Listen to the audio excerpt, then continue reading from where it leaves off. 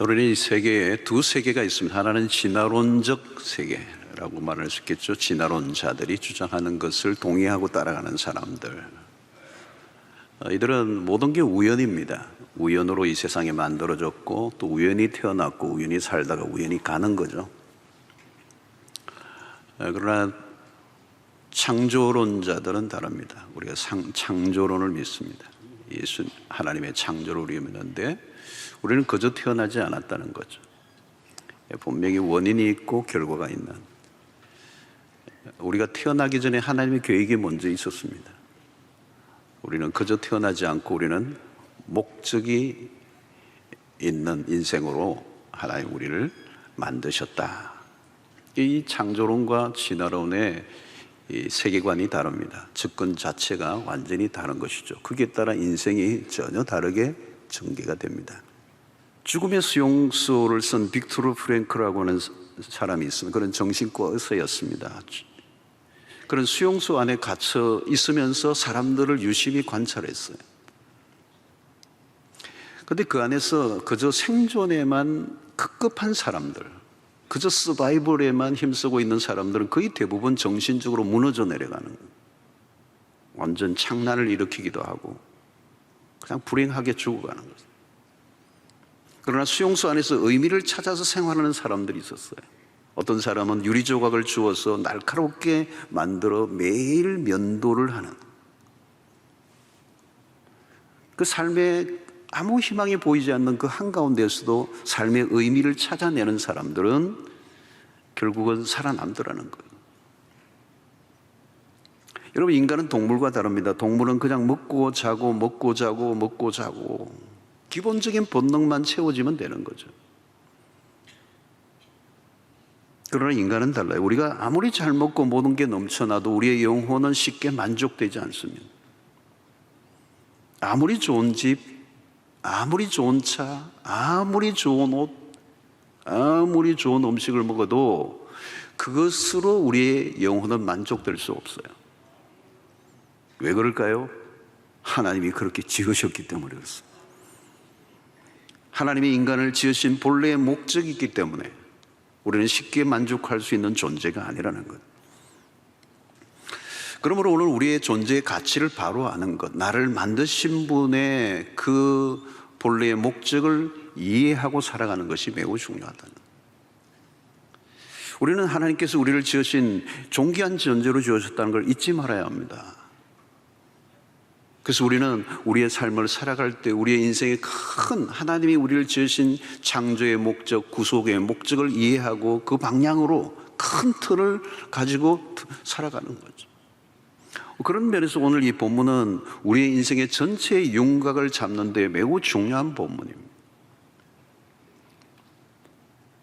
바울은 오늘 20장, 사도행전 20장 13절로 53절, 35절까지 에베소 교회 장로들과 이별을 하는 가운데 마지막 고별 설교를 하는 내용.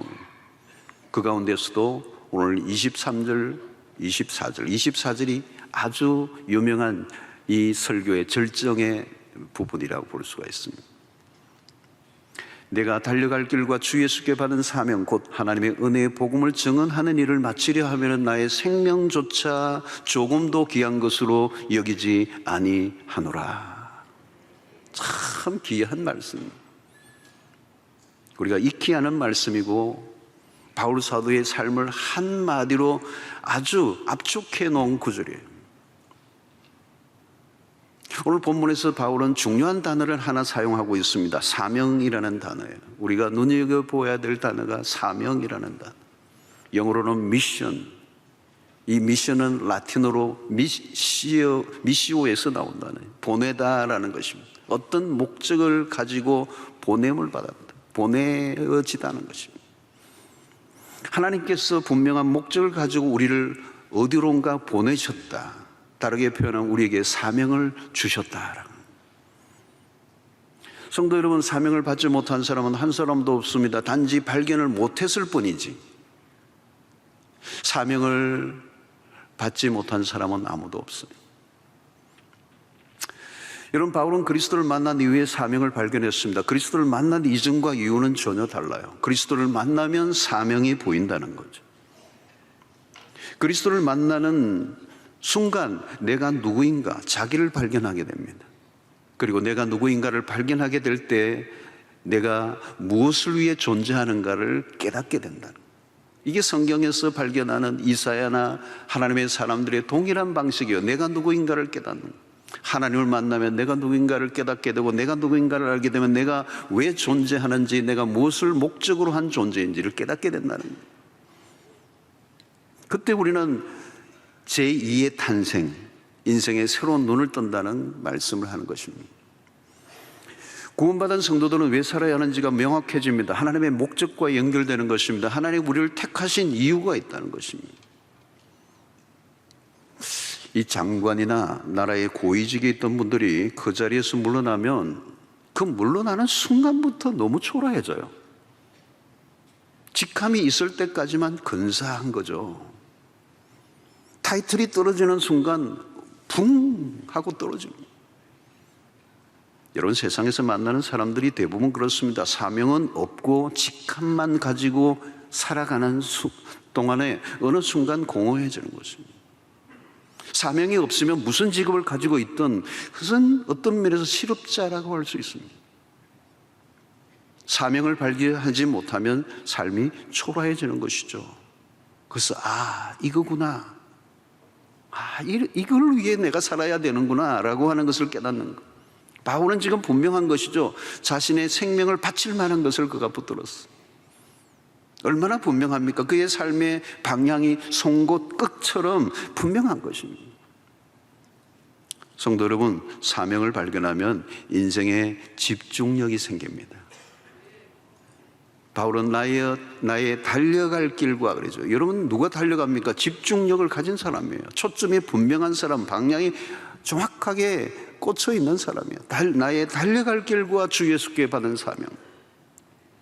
이것은 바울의 인생은 한 방향으로 갔다는 거죠. 여러분, 빛도 분산되면 그냥 빛에 불과합니다. 그러나 모으면 레이저가 되잖아요. 인생이 사명에 집중하면 아름다워집니다. 초점을 맞출 때 아름다워져요. 장사를 하든 학교를 다니든 무슨 일을 하든 하나님이 주신 사명에 초점을 맞춘 인생은 산만하지 않습니다. 무엇인가 분주하게 우리는 쫓아다니긴 하지만 한 생애를 돌아보면 그냥 빛이 분산된 것처럼 아무 일도 일어나지 않는 그냥 바빴던 인생. 여러분, 하나님 앞에 가면 하나님 물으실 거예요. 무엇하다가 왔냐? 바빴습니다. 무슨 일로 바빴느냐? 모르겠습니다. 바빴습니다. 코로나 팬데믹을 통해서 우리에게 질문이 하나 일어나서 그동안 왜 이렇게 바쁘게 살았는지. 코로나 팬데믹이 우리를 힘들게 했지만 우리에게 준 선물이 하나 있어요. 우리의 삶을 매우 단순하게 만들었다는 거예요. 우리의 많은 계획들이 다 캔슬됐어요. 다 취소되고 말았어요. 꼭 해야 될 줄 알았는데 캔슬됐는데 괜찮아요.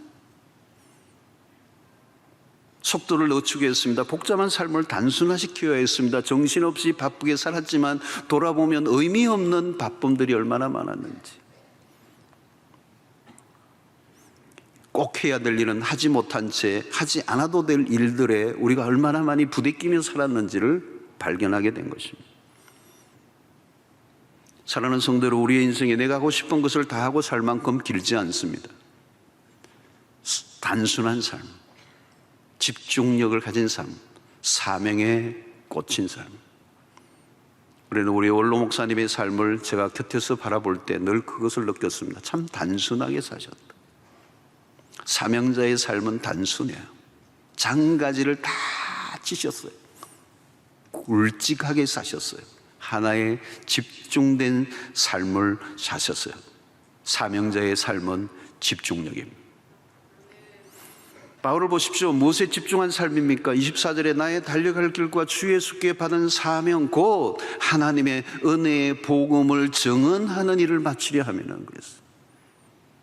딱 하나입니다. 하나님의 은혜의 복음. 그 복음을 증언하는 일에 그 일을 마치려 하면은 나의 생명을 조금도 귀한 것으로 여기지 않겠다. 바울은 분명합니다. 내가 달려가야 할 내 인생의 모든 것을 질주할 유일한 한 가지, 그것은 주님이 나에게 주신 사명이고, 그 사명은 하나님의 은혜의 복음을 증언하는 일이고, 이 일을 마치려 하면 나의 생명을 조금도 귀한 것으로 여기지 않겠노라. 바울은 하나님의 은혜의 복음을 증언하는 일에 집중했습니다. 바울은 복음의 사도였습니다. 그가 관심을 가진 것은 오직 하나였습니다. 복음을 전파하는 것. 앉으나 사나 죽으나. 당신은 오늘같이 편리한 교통수단이 없었던 때입니다. 그런데 그의 사역을 정리해 보니 환산을 하면 약 1만 6천 킬로라고 하는 엄청난 거리를 순회하며 복음을 전하고 교회를 세웠어요. 여러분, 1만 6천 킬로. 자동차도 없던 그 시대에 상상할 수 없는 거리입니다.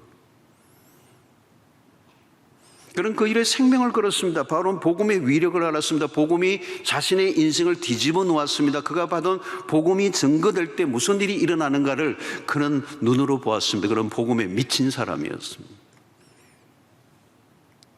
그런 생명을 걸 만한 것을 찾았습니다. 생명을 위해, 이 복음을, 사명을 위해 생명을 걸었던 것이죠. 여러분, 생명은 하나밖에 없기 때문에 누구나 생명을 아까워합니다. 죽음의 위협이 오면 누구나 움츠려들고 두려워하죠. 그러나 바울은 자신의 생명을 조금 더 아까워하지 않았어요. 이유는 자신의 생명보다 더 귀중한 것을 발견했기 때문에. 사랑하는 성도 여러분, 누가 행복한 사람입니까? 자신의 생명을 바칠 만한 것을 발견한 사람이에요. 자신의 생명을 바칠 만한 것을 발견한 사람은 결코 불행하지 않아요. 최상의 인생입니다. 최고의 가치를 추구하는 인생이 될 수가 있습니다. 왜 인생이 시시하게 끝나버립니까? 생명을 바칠 만한 것을 발견하지 못했기 때문에, 쓸데없는 것에 인생을 낭비하고 말기 때문에. 여러분, 기네스북 같은 데 가보세요. 기네스북에 오른 사람들 가운데 별 희한한 사람들도 많습니다. 공을 몇 시간 차느냐 뭐 이런 것도 있어요. 떨어뜨리지 않고. 그랬어요. 어떤 인도의 여자분은 일평생 손톱을 길렀대요. 쭉 이러고 다니시는 거예요. 웃기는 짬뽕이라고 그래요, 그걸.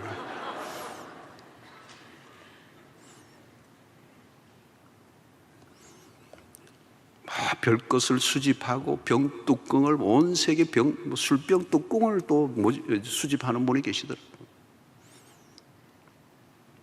이게 영어로 그래요. So what? 그래요. 그래서 여러분, 사명을 발견하지 못하면 헛된 것에 모든 것을 쏟아붓게 됩니다. 안타까운 인생이 돼요. 여러분, 그런 의미에서 사명은 일찍 발견할수록 좋습니다. 늦을수록 인생은 낭비하게 됩니다. 우리 올람 목사님을 보면 일찍부터 발견하신 분이에요. 일찍부터 은혜를 받으신 분. 초등학교 때부터 달랐어요. 한평생을 오롯이 올려드린 삶을 삽니다. 간증을 들으면 정말 놀라워요. 일찍부터 방향이 잡히고 인생의 목적을 발견하니까. 그러면서 저는 그런 면에서 우리 청소년기가 얼마나 중요한지, 사춘기에 아이들이 방황을 얼마나 많이 합니까? 청소년기에 주님을 만나지 못하면요, 방황은 길어지는 거예요. 아니, 일평생 사춘기예요. 왜 사춘기예요? 방황하니까. 원더링, 계속 돌고 도는 거예요. 삶의 목적과 포커스가 맞춰지지 않으니까 끊임없이 방황하는 겁니다. 내가 이렇게 살다가 가야 되나? 그래서 저는 다음 세대 사역이 얼마나 중요한지를 알아요. 그래서 저는 다음 세대 사역에 신경을 곤두세우고 있어요. 사역자들이 정말 제대로 하는지. 너무 늦게 발견하면 할 시간도 없어요. 인생이 얼마나 짧은데요.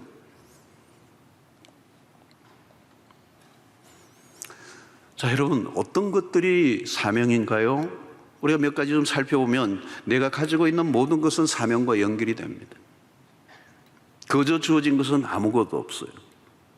여러분, 우리에게 주어진 복은, 복이라는 개념은 전부 다 사명입니다.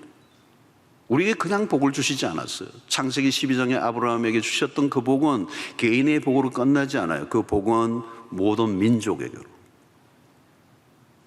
그게 복에 하나님의 부르심이 있다는 거예요. 복을 주셨다면 그 복은 사명이라는 거죠.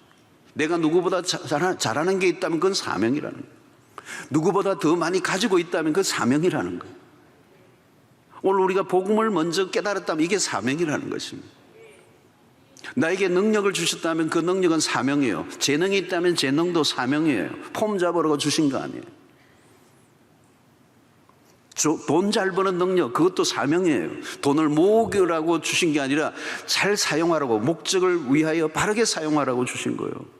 여러분, 남다른 지성을 가지고 있다면 그것도 사명입니다. 얼마 전에 돌아가신 이어령 교수는 지성의 사람이었습니다. 그러나 지성의 한계를 깨달았죠. 그는 지성에서 영성으로 넘어갑니다. 얼마 전 마지막 죽음 앞에서 그의 고백은 죽음을 준비하는 그 순간에 그의 딸 이미나 목사를 통하여 자신은 죽음을 어떻게 준비해야 되는가를 배웠다고 말합니다. 지성이 죽음을 준비할 수 있는 준비를 해주지 않아요. 그런데 그의 딸을 통하여서. 여러분, C.S. 루이스가 지성적인 사람이었습니다. 기독교적인 문화 속에 살았지만 기독교에 대해서 매우 적대적이고 냉소적인 삶을 살았습니다. 그리고 그가 하나님을 만나고 나서는 그의 지성으로 무신론적 세상에 기독교를 변증하는 일에 가장 멋지게 사용한 사람이 되었어요. 오늘 목사님들이 얼마나 많이 C.S. 루이스를 사용하는지 몰라요. 그의 탁월한 번뜩이는 지성이 오늘 하나님을 대적하는 세상의 사람들, 그 지성들과 대적하는 아주 강력한 무기로 이 쓰임을 받을 수 있었다는 거죠. 바울의 지성이 신약을 기록하는 데 영향을 주었습니다. 로마서를 보십시오. 물론 성령의 감동이 있었지만 바울의 가진 지성을 사용하셨어요. 지성으로 사람을 비판하고 사람을 매도하는 일에 사용하지 않고 남들이 깨닫지 못한 진리로 사람들의 생명을 살려내기 위하여 사용하라는 거예요. 여러분, 그냥 똑똑하기만 하면 안 돼요. 아무 소용없어요. 여러분.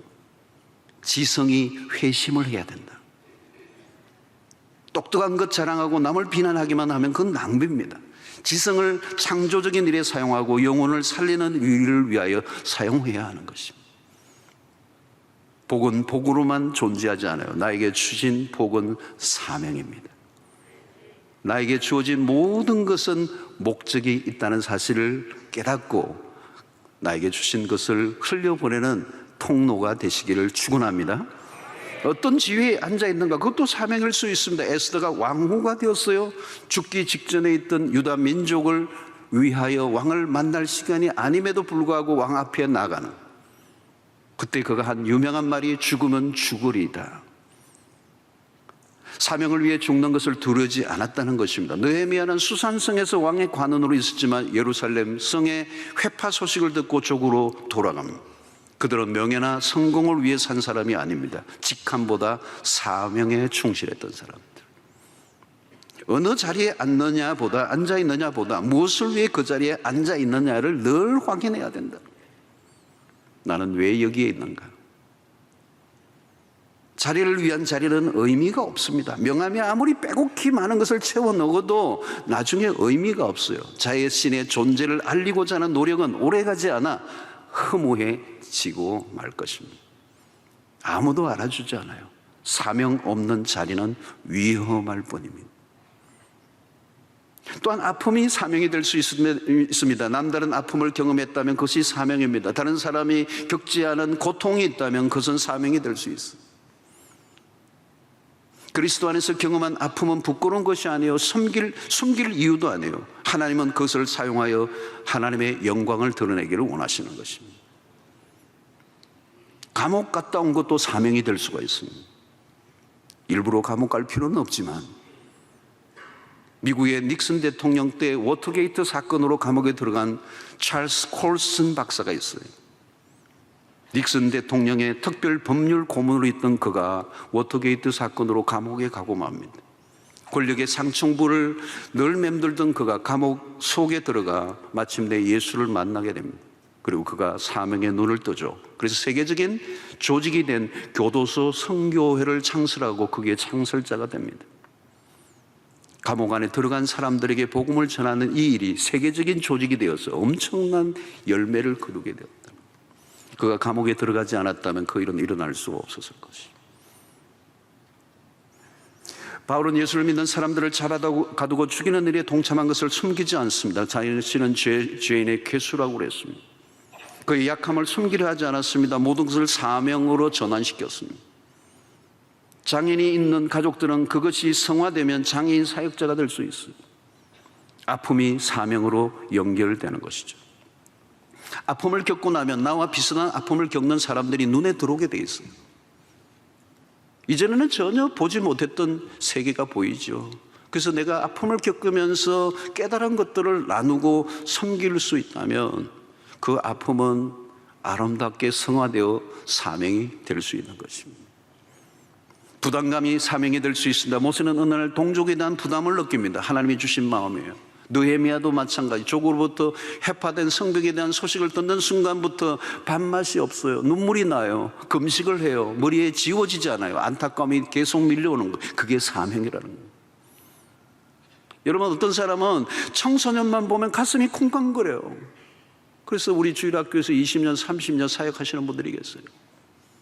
어떤 분은 미혼모만 보면 그렇게 마음에 부담감이 생기는 거, 뭔가 섬겨야 되겠다. 우리 교회 그런 분들이 계세요. 어떤 분은 장애인들만 보면 마음에 밀려오는 부담감이 있어요. 노숙자만 보면 달려가는 사람이 있습니다. 왜? 그 부담감이 나로 잠 못 이루게 하니까. 어떤 분은 정의감이 남다른 분들이 계세요. 억울한 사람을 보면 돕고 싶어요. 제가 아는 어떤 젊은 목사 중 한 사람은 성적 학대를 받는 여성들과 아이들을 위한 사역에 헌신을 해요. 자스티스 사역을 해요. 쉽지 않은 사역이에요. 굉장히 위험하고 험한 사역이에요. 근데 그 사역 안으로 들어가니까 도무지 빠져나올 수 없게 하는 거예요. 부담이 생기는 거예요. 오늘 지구의 곳곳에서 얼마나 어린 나이에 성적 학대와 놀이개가 되어서 고통하는 그 아이들을 보는 순간 미치는 거예요. 그냥 빠져나올 수가 없어. 부담감이 생겼어. 그래서 거기에 헌신을 하는 거예요. 하나님이 보여주시고 아픔을 느끼게 하시면 그게 사명인 것입니다. 고개를 돌릴 수가 없어요. 피할 수가 없어요. 사랑하는 성도 여러분들에게 주신 어떤 부담들이 있습니까? 하나님이 부르시는 거예요. 그것에 응답하는 삶이 사명자의 삶입니다. 여러분, 인간은 사명의 자리에 있을 때 아름답습니다. 사명은 내가 있어야 할 자리를 찾아가는 것이죠, 여러분. 오늘도 여러분 이 본당 안에 모든 있을 곳에 그 자리에 있으니까 아름다운 것입니다. 내가 있는 그곳에, 내가 있어야 할 곳에 있는지를 물어야 돼요. 엉뚱한 자리에 놓여 있으면 웃기는 거잖아요. 내가 있어야 할 곳에 있으면 행복한 것입니다. 사명의 삶을 살면 그것이 그에게 가장 큰 영광이 되는 거예요. 우리 원로 목사님의 생애가 복되고 아름다운 것은 무엇입니까? 원로 목사님을 뵈면 한마디로 사명자라는 단어예요. 오늘 이 20장 사도행전 20장 23절의 이 말씀, 바울의 말씀이 너무도 어울리시는 분이에요. 정말 바울 사도적 삶을 사셨어요. 제가 우리 주변 분들에게 그래요. 우리 목사님 100년에 한 번 날까 말까 한 분이시다. 사명감에 투철하신 삶을 사셨어요. 당신은 사실 곳을 선택하지 않았어요. 서울 분이신데 부산에서 개척을 하셨어요. 충분히 서울의 큰 교회 어디든지 가실 수 있는 분이셨는데 콜이 왔는데도 부산에서 먼저 왔어요. 그 개척을 시작하신 거예요. 그래서 나 이제 부산 사람이야 그래. 부산 사람도 가능하면 서울 가려고 그래요.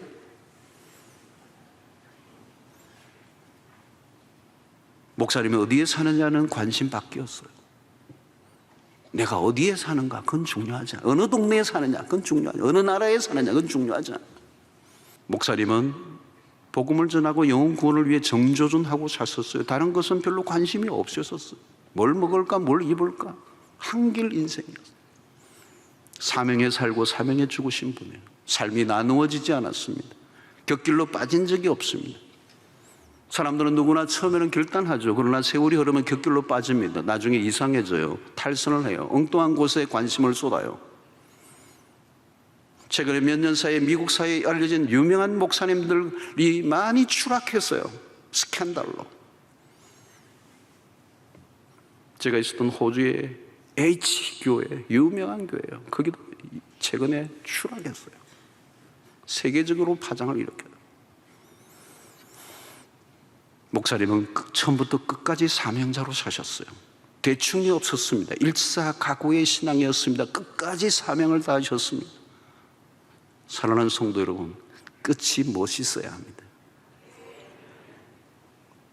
그러나 여러분, 사명의 길은 쉽지 않습니다. 대가를 지불해야 합니다. 오늘 23절에 보니까 오직 성령이 각성해서 내게 증언하여 결박과 환란이 나를 기다린다 하시나. 무슨 얘기입니까? 예루살렘으로 들어가면 무슨 일이 일어날지 몰라요. 바울 사도에게 죽음이 기다리고 있다는 얘기입니다. 그러나 그것을 예감하면서도 그는 죽음을 두려워하지 않고 예루살렘으로 들어가죠. 생명을 내어놓은 것입니다. 그런 자신이 사느냐 죽느냐는 중요한 주제가 아니에요. 자신의 삶의 어떤 것도 자기를 얽어맬 수 있는 게 아니에요. 바울의 중심축은 오직 복음 증거 하나에 꽂혀 있기 때문에. 그러나 이 사명은 그냥 감당할 수 없습니다. 말로는 안 돼요. 사명의 길은 쉽지가 않습니다. 많은 사람들은 사명을 받았어요. 그러나 그 사명을 위해 대가를 지불한 사람은 많지가 않습니다. 사명을 받았지만 그 사명을 위해 대가를 지불해야만 비로소 그 생애가 아름답게 되는 것입니다.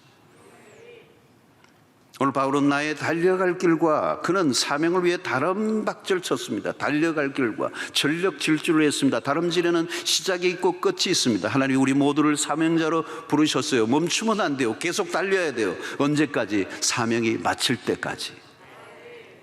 그 사명은 은혜의 복음 증언하는 일을 마칠 때까지, 하나님이 주신 사명을 다할 때까지 뛰라는 거예요. 왜 삶이 흐트러집니까? 왜 옆길로 빠지죠? 왜 삶의 힘이 빠져버립니까? 사명을 놓쳤기 때문에. 사명이 희미해지면 그렇게 되는 거예요. 여러분, 사명감이 중요합니다. 사명감은 우리의 삶의 엔진입니다. 추진력입니다. 살게 만드는 힘입니다. 아무리 많은 것을 가지고 갖추고 살아도 사명감이 없으면 삶의 에너지는 현저하게 떨어질 수밖에 없습니다. 다름질을 다 하고 그 다름질을 마치는 때가 오죠.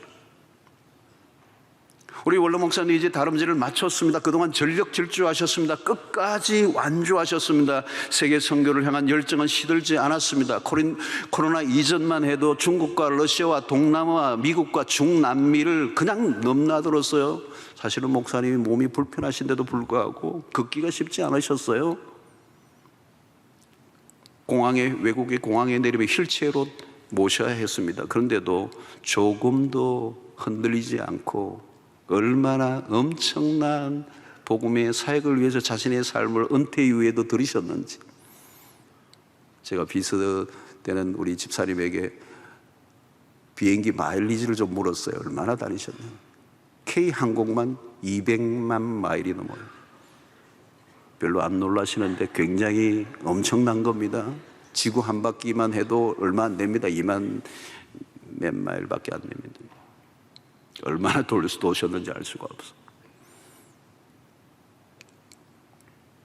아마 다른 사람이 할 일의 몇 배를 하시고도 남는 삶을 사셨습니다. 누구보다 그러면서도 행복한 삶을 사셨어요. 나는 늘 행복하다고 말씀하셨고 늘 꿈꾸는 소년처럼 보였어요. 중국을 다니실 때는 늘 행복해 하셨어요. 중국 국가의 인정을 받아서 마음껏 복음을 전하는 이 엄청난 역사가 은퇴 이후에 우리 목사님에게 주어졌을 때 감격하며 다니시는 거예요. 그 중국 대륙을 돌고 도시면서 세계 선교의 꿈을 놓치지 않으셨던 삶을 살아내셨습니다. 그래서 그분은 행복하셨습니다. 그리고 입에서 날마다 행복하다고 말씀하셨어요. 사랑하는 성도 여러분, 사명을 완수하고자 할 때 하나님께서 적극적으로 도우십니다. 하나님의 나라를 구하는 목표가 분명하면 하나님이 그것이 가능하도록 도와주십니다. 사명의 사람은 걱정할 필요가 없어요. 정말이에요. 염려할 필요가 없습니다. 우리 홀로 목사님이 염려하지 않아요. 염려하는 게 하나도 없어. 다 맡기셨어요. 나는 사명을 위해서 살 뿐이에요. 나는 하나님을 위해서 살면 하나님이 나를 도우신다는 이 놀라운 신앙의 철학을 굳게 믿고 사셨어요.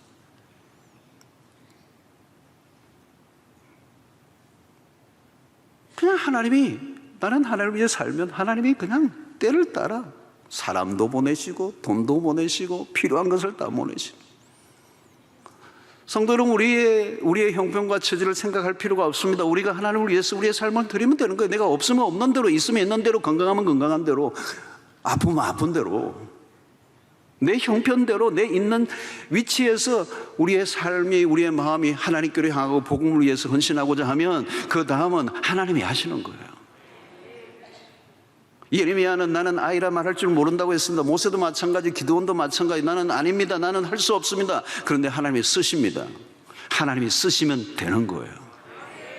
나의 형편과 능력이 중요한 게 아닙니다. 하나님이 쓰시면 되는 거예요. 문제는 나의 중심이 하나님의 나라와 그 복음을 위해 내 마음이 정해져 있느냐는 거죠.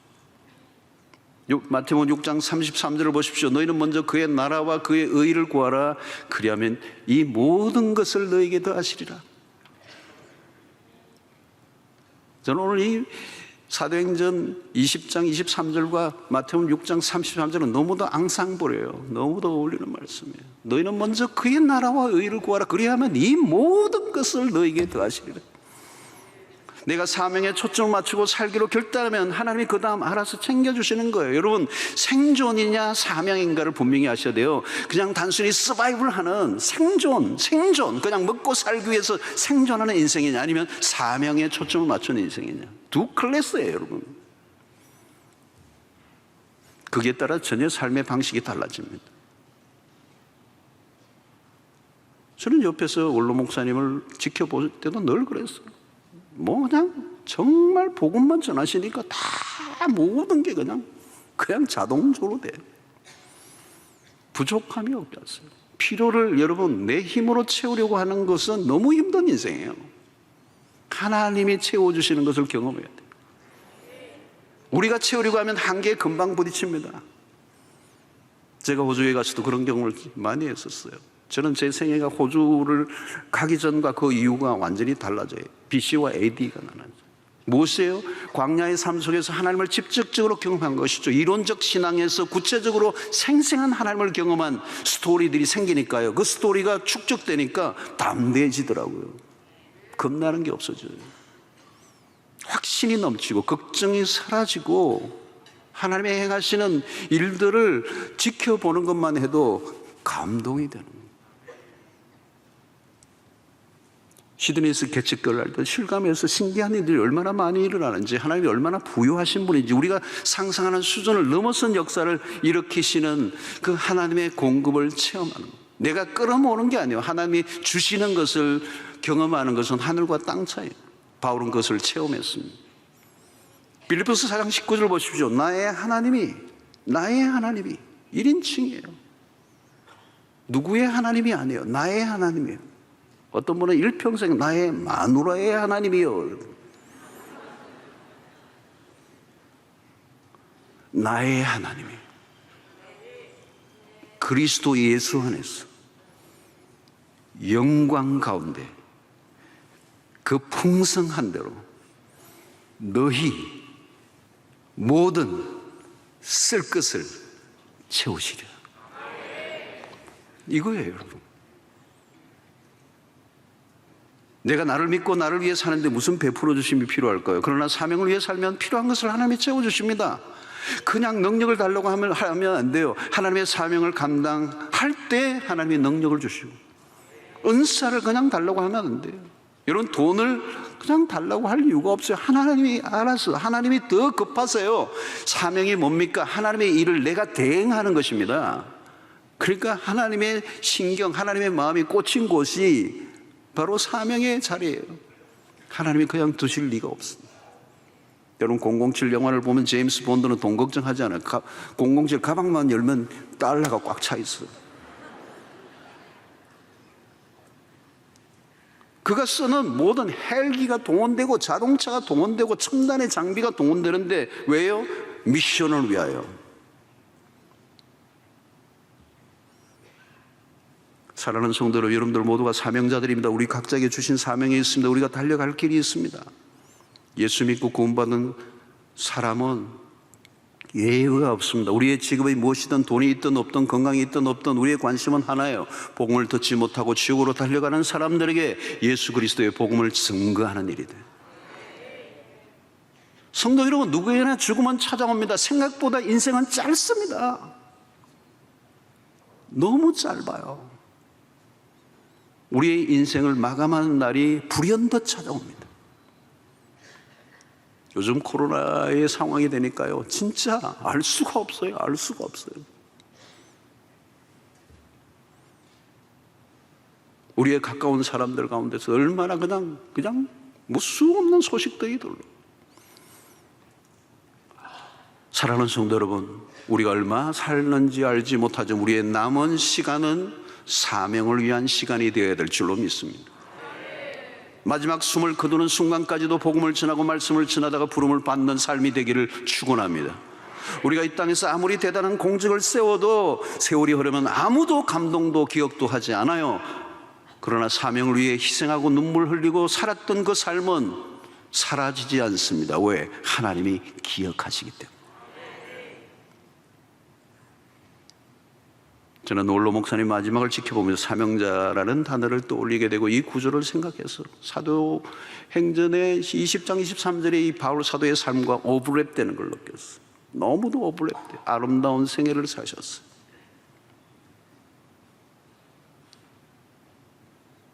코로나19를 이제 거의 끝나는 시점에 우리 목사님이 우리에게 큰 울림을 주고 떠나가셨어요. 이제 우리가 감당해야 할 몫이 있다는 것을 알려주셔요. 우리 모두 사명의 길을 재확인해야 합니다. 대충 적당히 종교 생활로 만족해서는 안 돼요. 마지막 남기신 그 우리 레코딩해서 들려주신 그 말씀, 적당히 살지 말고 라고 하는 부분이 갇히는 거죠. 우리 공동체 또 한국교회 주신 메시지예요. 성도 여러분, 현대인들은 고민이 많습니다. 많은 것을 가졌으나 만족이 없어. 이유는 딱 하나예요. 삶의 목적이 턱없이 부족하기 때문에. 돈은 있고 풍족해도 목적이 빈곤하면 삶은 금방 초라해지고 허무는 밀려오게 됩니다. 결국은 미션이요, 사명이에요. 우리는 보냄을 받은 사람들. 하나님이 우리를 목적을 두고 창조하셨고 목적을 두고 구원하셨습니다. 우리는 그냥 살다가 갈 존재들이 아니에요. 그냥 그렇게 그냥 흐드레로 그냥 불량품으로 적당하게 그냥 팔려나가는 그런 상품처럼 우리를 만드시지 않으셨어요. 우리는 위대한 걸작품, 하나님의 선하신 일을 위하여 우리를 지으신, 우리를 구원하신 그 창조의 목적, 구속의 목적을 깨닫고 우리의 전 삶이 하나님의 계획과 하나님의 목적에 정확하게 맞추어질 때 그 인생은 이미 축복된 인생이요, 행복한 인생이요, 아름다운 인생이 될 수 있습니다. 그리고 우리에게 주신 그 사명을 깨닫고 그 사명에 목숨을 건 인생이 될 수만 있다면 그것보다 놀라운 축복은 없을 것입니다. 사명자, 하나님이 내게 주신 주 예수께 받은 그 사명, 오늘 우리 모두가 받아서 우리의 남은 생애 가운데 그 하나님의 아름다운 뜻과 섭리와 그 목적과 계획에 결을 맞추어 살아가는 한방향 인생 되는 여러분들 되시기를 주의 이름으로 축원합니다.